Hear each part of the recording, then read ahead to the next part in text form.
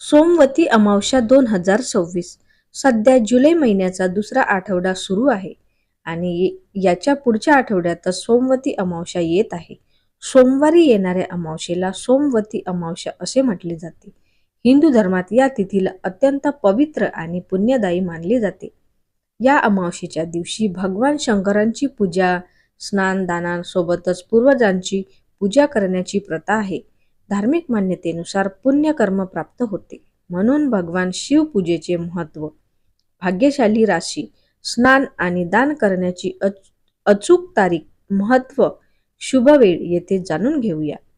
13 की 14 जुलै सोमवती अमावस्या कधी आहे?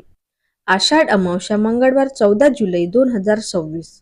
अमावस्या तिथी प्रारंभ 13 जुलै 2026 सायंकाळी 6:50 समाप्ती 14 जुलै 2026 दुपारी 3:12 पर्यंत. यावर्षी जुलै महिन्यातील अमावस्या सोमवारी आल्यामुळे तिला सोमवती अमावस्या असे म्हणतात.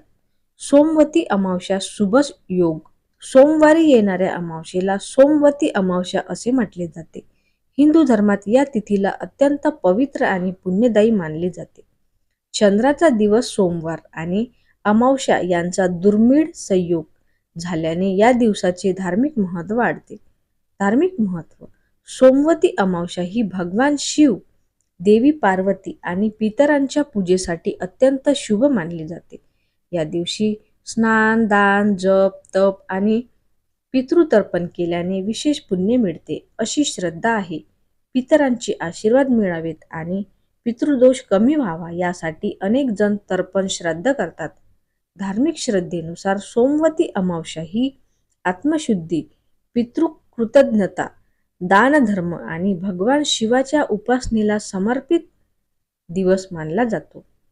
या दिवशी श्रद्धेने केलेली पूजा, जप आणि दान यांना विशेष महत्त्व असल्याचे विविध धार्मिक ग्रंथ आणि परंपरांमध्ये सांगितले जाते.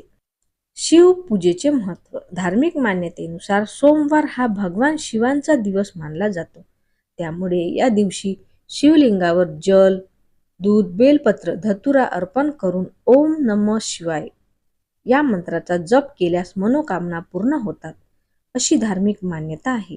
विवाहित महिलांसाठी महत्त्व.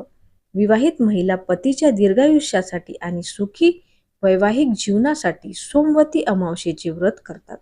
काही ठिकाणी पिंपळाच्या झाडाची पूजा करून त्याला 108 प्रदक्षिणा घालण्याची परंपरा आहे. पितृकार्य, दानाचे महत्त्व. या दिवशी पवित्र नदीत स्नान करून पितरांना तर्पण अर्पण करणे शुभ मानले जाते. गरजू लोकांना अन्न, वस्त्र, तीळ, धान्य किंवा दक्षिणा दान केल्यास पितर प्रसन्न होतात अशी श्रद्धा आहे. सोमवती अमावस्येला केलेले दान विशेष फलदायी मानले जाते. तीळ, अन्नदान, वस्त्र, गूळ, तूप, फळे किंवा आर्थिक मदत गरजूंना देण्याची परंपरा आहे. या दिवशी काय करावे? ब्रह्ममुहूर्तावर उठून स्नान करावे. भगवान शिव आणि माता पार्वतीची पूजा करावी.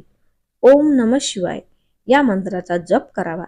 पितरांसाठी तर्पण किंवा श्राद्ध करावे. शक्य असल्यास गरजूंना दान आणि अन्नदान करावे. काय टाळावे? वादविवाद, राग आणि अपशब्द टाळावेत. कोणाचाही अपमान करू नये. शक्यतो तामसिक आहार आणि व्यसनांपासून दूर राहावे. तर माझा व्हिडिओ तुम्हाला कसा वाटला ते कमेंटमध्ये नक्की सांगा. माझ्या व्हिडिओला लाईक करा आणि माझ्या चॅनलला सबस्क्राईब करा. धन्यवाद.